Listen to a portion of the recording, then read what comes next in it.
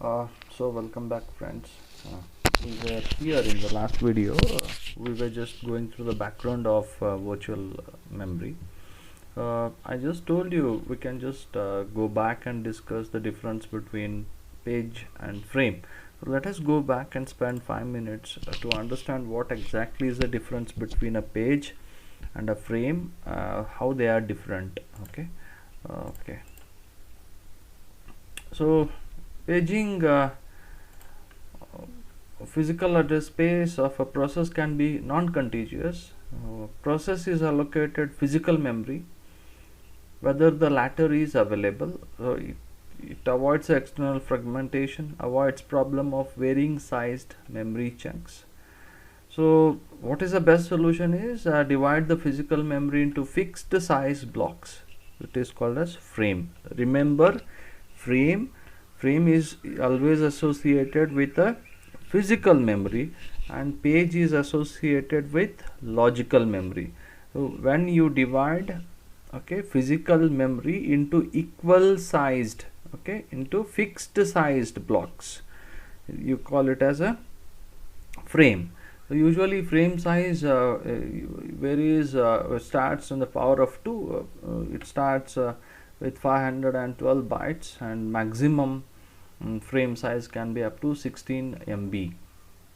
So divide logical memory into blocks of same size. Remember, so the size of frame is equal to the size of a page.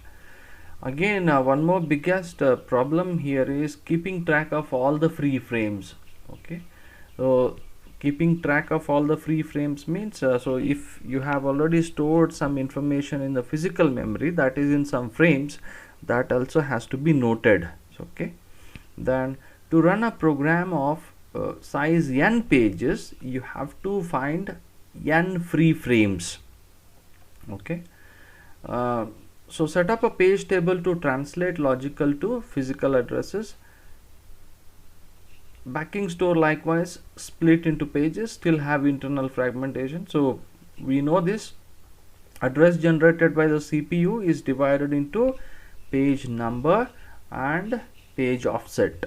So it is page number is used as an index into a page table, which contains base addresses of each page. What is a page table? It contains the base addresses of each page in physical memory. Then page offset combined with the base address to define the physical memory address that is sent to the memory unit. For example, you see here, suppose if this is a base address, so for example zoom this mail, if this is a base address and you have to search a mail sent by Bhartesh, then the offset from the base address is 1, for example 1 2 3 4 5 6 7 8 9 10 11 12 13. So 13 is a offset. So if this is a base address, 13 is a offset. This is the actual address. So hope you are understanding what is a base address and what is a actual address.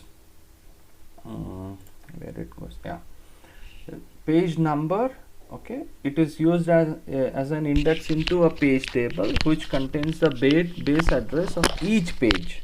Suppose if there are 10,000 pages, so the base address of all those 10,000 pages will be available in page table. Then what is a page offset?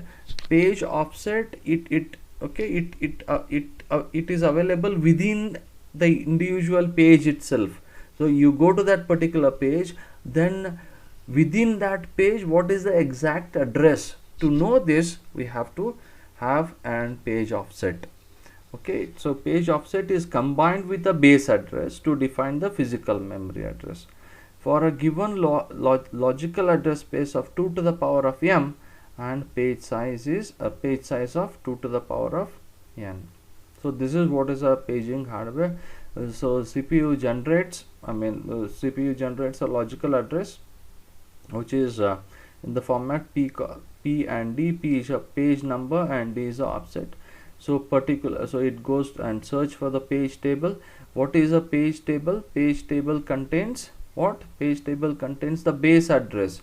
So here you get the base address, then you to this base address you add the offset. So okay, then you get the actual physical address of the information which is need to be stored or which is need to be fetched. Hope it is clear. If there is any doubt, then we can conduct a Zoom session very soon. Then you can raise your doubts. Okay.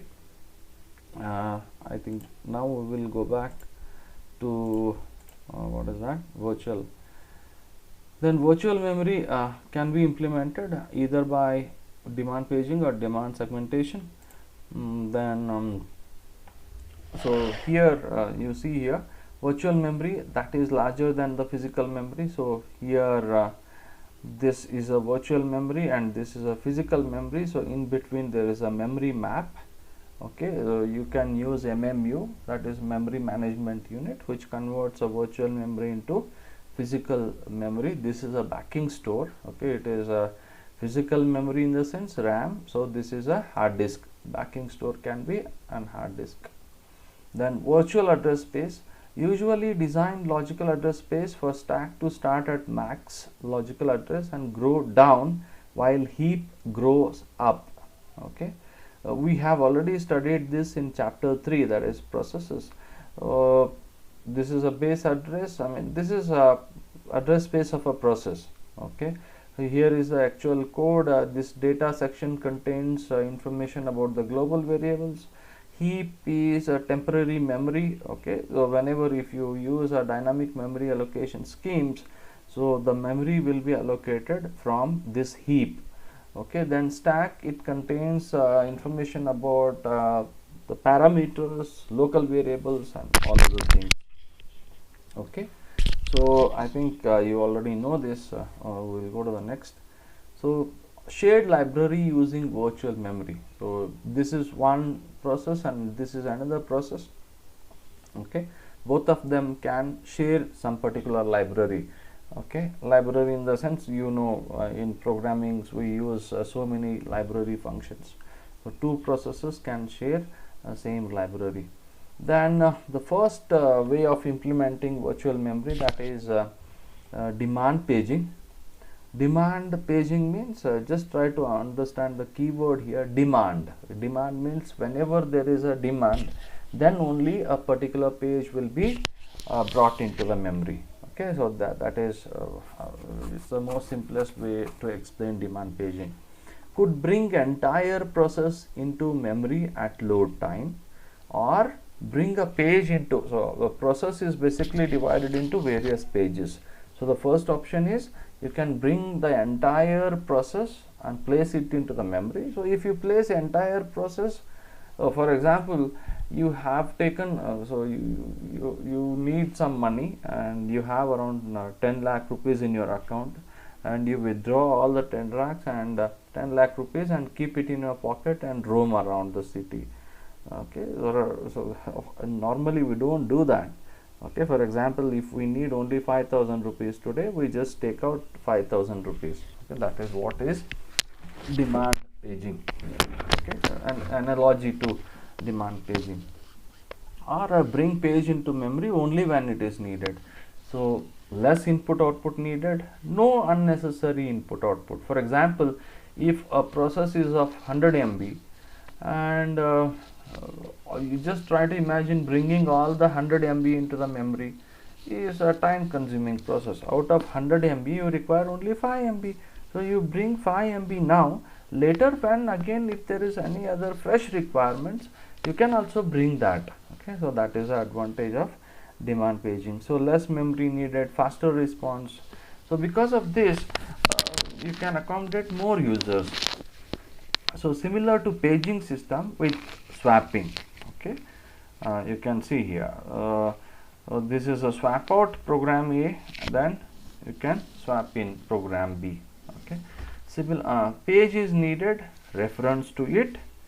So okay, if it is a invalid reference, then abort it. If it is not in memory, bring to the memory. I think you have we will see what is the invalid reference. what is then what is a lazy swapper?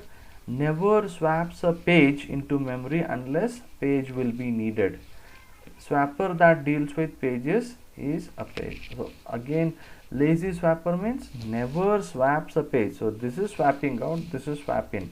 Never swaps a page into memory unless page will be needed. With swapping, pager guesses which pages will be used before swapping out again. Instead, pager brings in only those pages into the memory. Then how to determine that the set of pages? Need a new MMU functionality to implement demand paging. If pages needed are already memory resident, no difference from non-demand paging. If page needed and not memory resident, need to detect and load the page into memory from the storage without changing program behavior, without programmer needing to change code. So I hope you're understanding this. With swapping, so we understood what is swapping here. Pager guesses. So what is a pager? Swapper that deals with pages is a pager. Okay. Pager guesses which pages will be used before swapping out again. Okay, for example, you are swapping out some pages here. After some point of time, again you may require the same pages.